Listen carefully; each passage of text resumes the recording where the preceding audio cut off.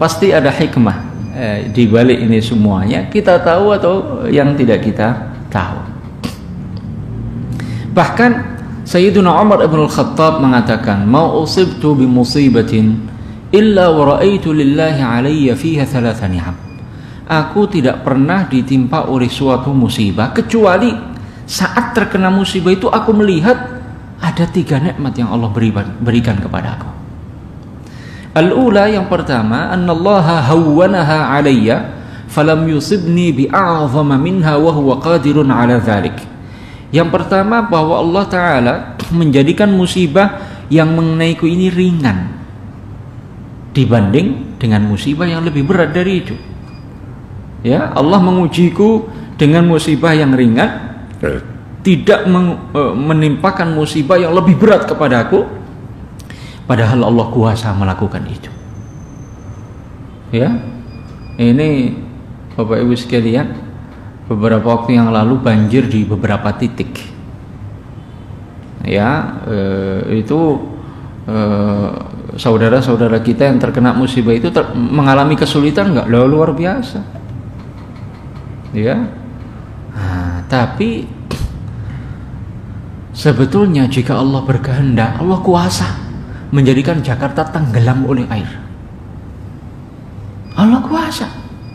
Jangankan beberapa titik di Jakarta, seluruh Jakarta jika Allah menghendaki, Allah kuasa menjadikannya lautan air. Jangankan Jakarta, seluruh dunia. Di masa Nabiullah Nuh alaihi salam, apa azab yang Allah kirimkan kepada kaum Nabi Nuh yang tidak mau beriman? Air banjir menenggelamkan dunia. Bahkan gunung yang tertinggi pun dilewati oleh air. Seluruh dunia. Jadi Allah kuasa, ya, menjadikan Jakarta ini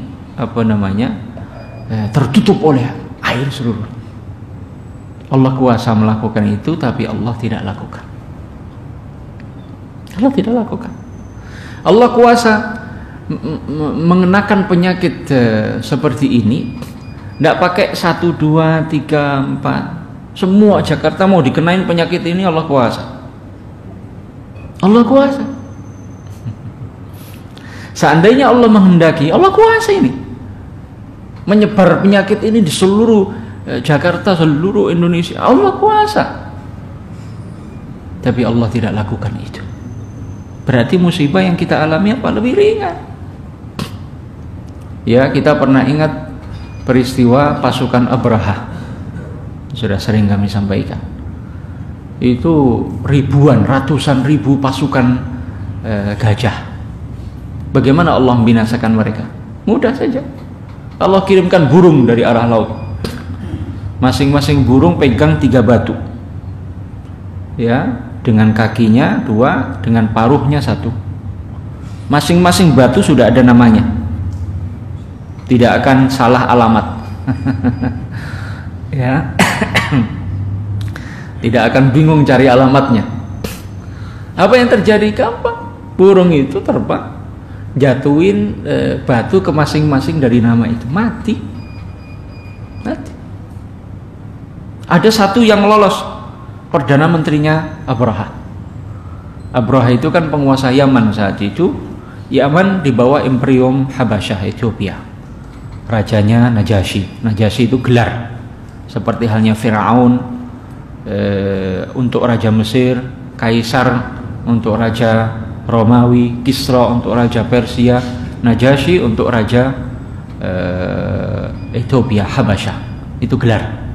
Nah, Perdana Menteri Abraha lari dari tempat itu di luar Makkah, lalu pergi menuju ke Ethiopia, ke Habasyah untuk laporan sama Najasyi.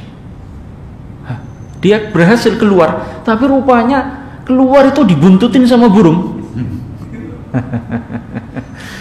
Begitu dia laporan kepada Najasyi, selesai laporan, burung itu jatuhin batu, mati di hadapan Raja Habasyah Ethiopia, Najasyi.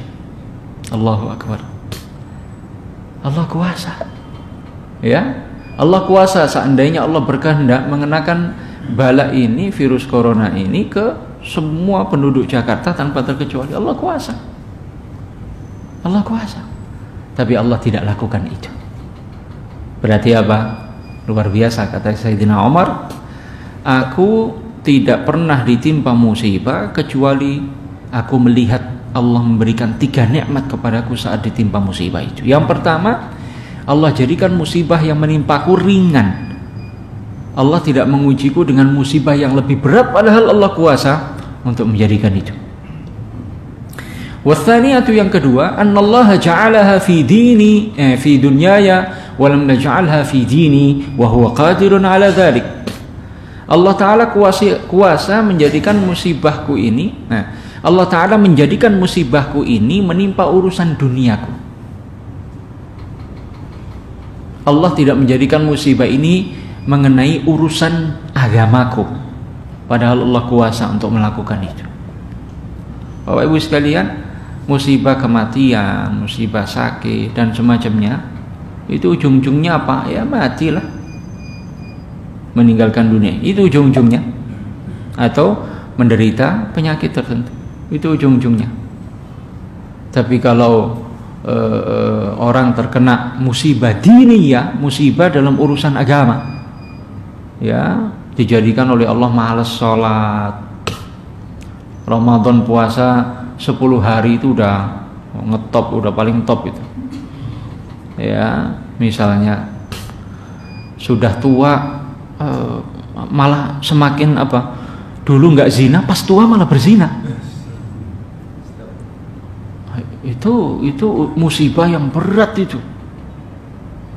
Dari muda sampai umur 50 tahun tidak pernah minum khamr. Begitu umur 51 tahun ada masalah tertentu, jadi tukang mabok.